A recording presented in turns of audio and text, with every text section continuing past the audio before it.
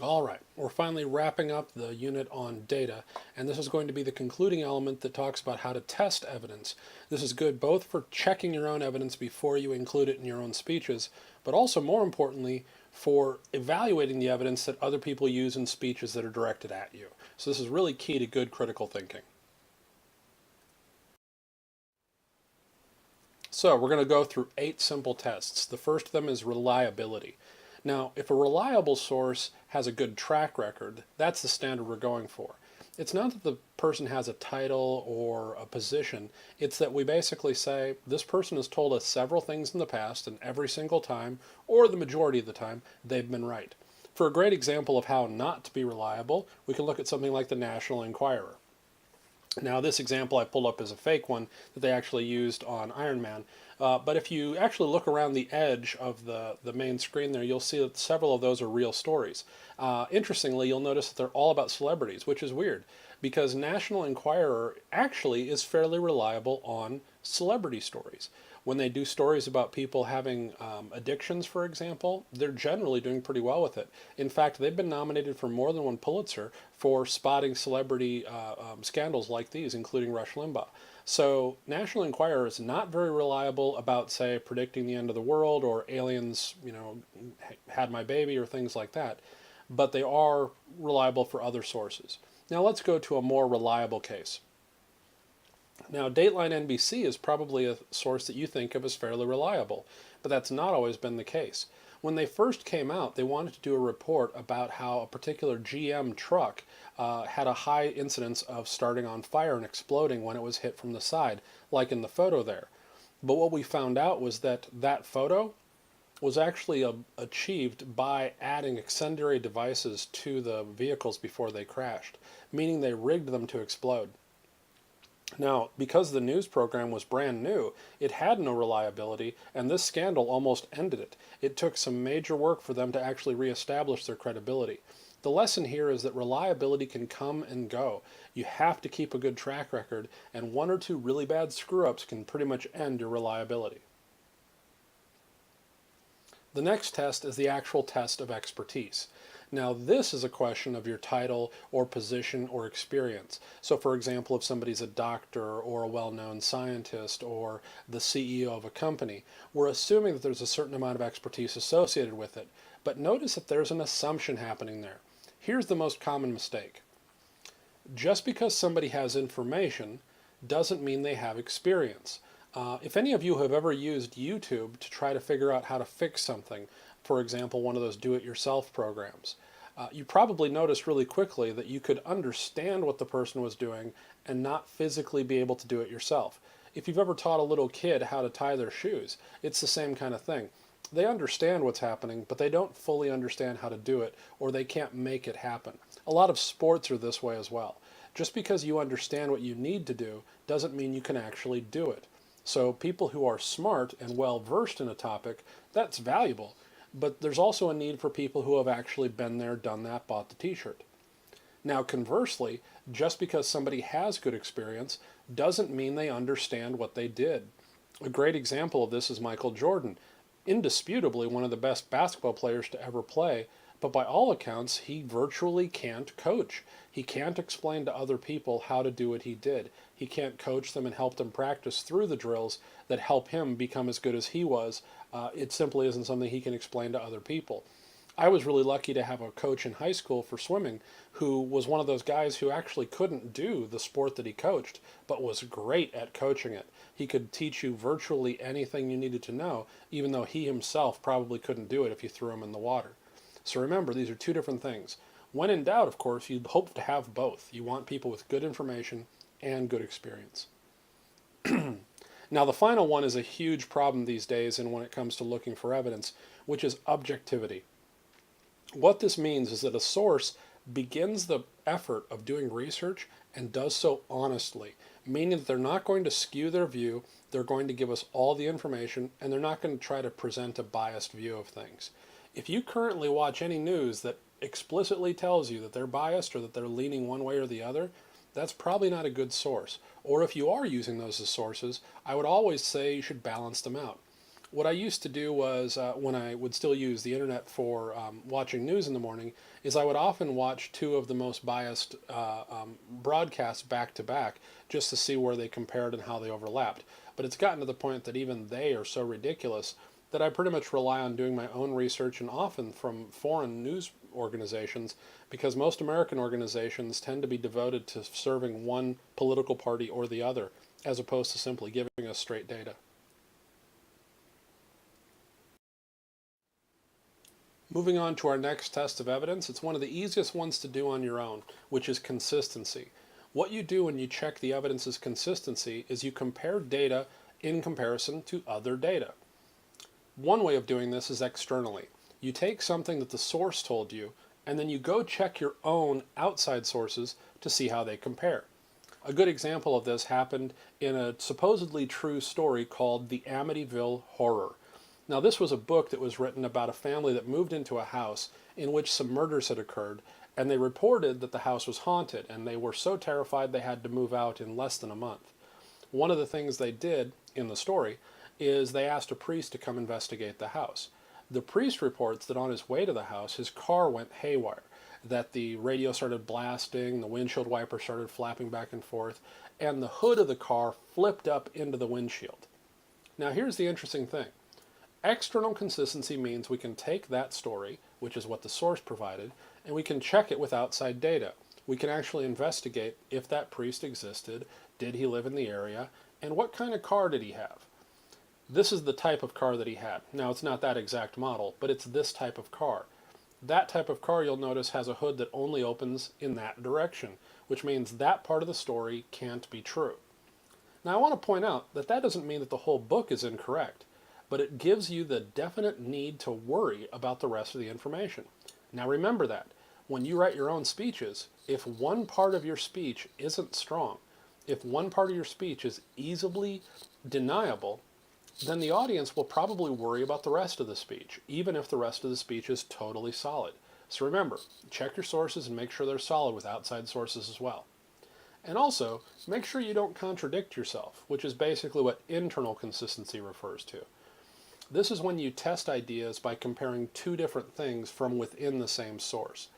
Great examples of these happen all the time in criminal dramas, like Legally Blonde or A Few Good Men, where our hero catches the bad guy by pointing out two or three things that the bad guy said that don't go together.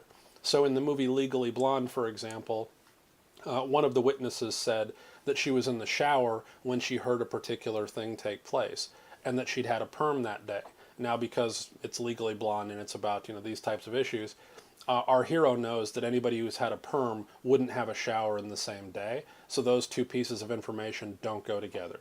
So either the lady didn't have a perm that day, or she wasn't in the shower at the time the thing was reported. This is a good example of internal inconsistency. Anytime you spot the speaker actually contradicting themselves, you're spotting an internal flaw. Now, the next test of evidence in some textbooks is referred to as recency or currency. It depends on the textbook you look at. Basically, what we're asking is, when did your information come out? Because the date matters. Now, that doesn't mean that more recent is always better. That's not the case at all. In many fields, it is. So, for example, in a lot of scientific fields, the more recent information is generally going to be the strongest information. But for other fields, you actually want to try to find old information. That's why theologians always go nuts anytime we find anything that survived from around the time of Christ, because the fact that those documents exist mean that anything in them might be valuable as we continue to try to figure out what happened in the world 2,000 years ago. So when something was produced matters. One of my favorite examples of this is that one of the heads of IBM, which was one of the early bigwigs in making computers, was actually quoted as saying that he couldn't imagine any reason why a family would ever want to have a computer in their home. Now, this is a guy who works for a company that would probably love to sell people a lot of computers. Well, the reason why he said that was that he said it in 1968. Here's what a computer looked like in 1968. That's a single computer. That is one device. Now, in 1968, it had no real internet or any kind of telecommunication to connect to. It had no graphical representation. You'll notice that there aren't any monitors, so everything's kicking out on teletype. It's not like you could play video games on it, and anybody who needs this kind of machinery to do their home finance is probably doing something really sketchy. In short, there was no reason why anybody would need this kind of stuff in their house. It was basically used for database and major computation, the kind of things regular folks didn't need. So when he said it matters. Now, if the same guy said the same thing in the year 2000, it would be a little shocking to us. Another test of evidence is to simply test whether or not the evidence matters in the discussion you're talking about. It's not that you think the evidence is bad or that the evidence is incorrect or skewed. It just means that even if the evidence is right, it doesn't help the case at all. There's no connection between the data, which is the evidence, and the claim, which is the thing you're trying to persuade me about. Here's an easy example of this. Think about how many movies can claim that they were the #1 movie when they were often going up against no real competition that same weekend. So it doesn't mean the movie was great. It simply meant it was the big movie that opened that weekend. For example, Spider-Man 3, if we claim it was a great movie, which it wasn't, it was terrible and bad and pretty much caused all kinds of trouble for the Spider-Man franchise, we could point out that the movie made over $300 million. Fine, that's totally true. It made like $336 million. That doesn't mean it was a good movie. Conversely, Citizen Kane barely made its own budget. It's considered by most people to be one of the best movies ever made. In short, just because something made a lot of money or didn't doesn't necessarily mean that it was good or bad. So you're testing the connection between the evidence and the claim. Another test we can use is access. Now this is a very tricky one, and you're usually going to have to do a lot of legwork to prove this one true or false. You're basically asking, is the source capable of knowing the information that they're presenting? In short, you're saying, how did they know that? You're saying to yourself, that information might be real, but I don't understand how either that source knew about it or how anybody could have actually collected that piece of information. So here's a weird example. Judy Garland, who played Dorothy in The Wizard of Oz, reportedly sang Over the Rainbow 2,395 times before she died in 1969. Now your first reaction might be, how would she even know how many times she sang that song, right? Think of the kinds of things that you've done over and over and over again and how you probably wouldn't have kept track of them at all. Well, what if I told you that the reason why we know that she sang that song that many times was that she saved the original sheet music from the very first time it was given to her because she loved the song that much. And then, every time she presented the song in public, she put a little check mark on it, counting off 1, 2, 3, 4, 5, and slash them through, and over, creating all those hash marks all over the front and back of the document. And when we sold the document at an auction for charity, it was reported to have 2,395 of those little hash marks on there. That sounds good, doesn't it? I made it all up. So remember, just because somebody tells you where they got the information from doesn't mean that still doesn't need to be checked out. So the piece of information might be good, might be bad. We need to know how the person got it and whether or not we can trust the person telling it to us, right? That story was totally made up but sounded really believable. And when you ask me the question, how do I know that? I gave you another answer that you would have still needed to go check. So anytime a source isn't listed or people say things like, studies have shown, your next question should be, yeah, I'm going to need to see those studies. Where are they located? Another favorite example that I love to use in class is every now and then I'll have students try to prove to me that the world is round. It's pretty hard for them to do that. Even those students who actually know the history and mathematics behind how folks did prove that the world was round, 2,000 years ago, they still can't do it in the classroom. So access is always tricky. Beware of these kinds of things. Another issue is the accuracy of citation. When you give a source, it's really important to make sure that that source is clear. That's why I have you in our speeches presenting your source 3 different ways. Out loud in the speech, in your notes, and in a bibliography. That's to back yourself up for later, because the more important the speech is, the more important those sources will be. The most common mistake here is a very small problem, but it's what I like to call a little big problem. The reason I call it a little problem is it's usually just a little typo or a goofy mistake. So let's say, for example, the date was January 12th and you accidentally wrote January 21st. Well, if somebody goes and looks up that particular source and can't find it because you made a typo, they're going to think the same thing we thought about that priest's argument. We're going to say to ourselves, it's not here, it's clearly wrong, and now I doubt the rest of the speech too. So that little mistake, the little problem, becomes a really big problem because we start to doubt you. We also start to wonder about whether or not you're making up any of the sources. So really be sure that if you present your sources, that you do it clearly and have them ready so that the audience can peruse them if they want to. The other reason we encourage you to give good citations is so that you're giving credit to the right people. And that actually helps cover yourself as well. That way, if you do good research and the person you did the research from got it wrong, you've actually covered yourself. Because it's not that you've made up something, it's that the person that you researched from made up something, and now it's on them, and we know that you had a good intention in the first place. A lot of the people who believe that autism is caused by vaccines are relying on a particular report that came out in a medical journal that was very well respected. And it wasn't until a little while later that we found out that the guy made up most of his sources and that he was actually in the process of suing the vaccine company because he was making his own competing vaccine. It wasn't until then that we found out that that source was bad. Now, if we didn't give the source in the first place, we wouldn't have that protection. So since I've taught this particular set of tests several times, students have always tried to figure out a way to remember them, a way to remember them easily. And this is the best we've been able to do because the first letters of each of those tests just doesn't add up to anything else. We've come up with rare orca or orca rear, if you would prefer that one. Either way you want to go.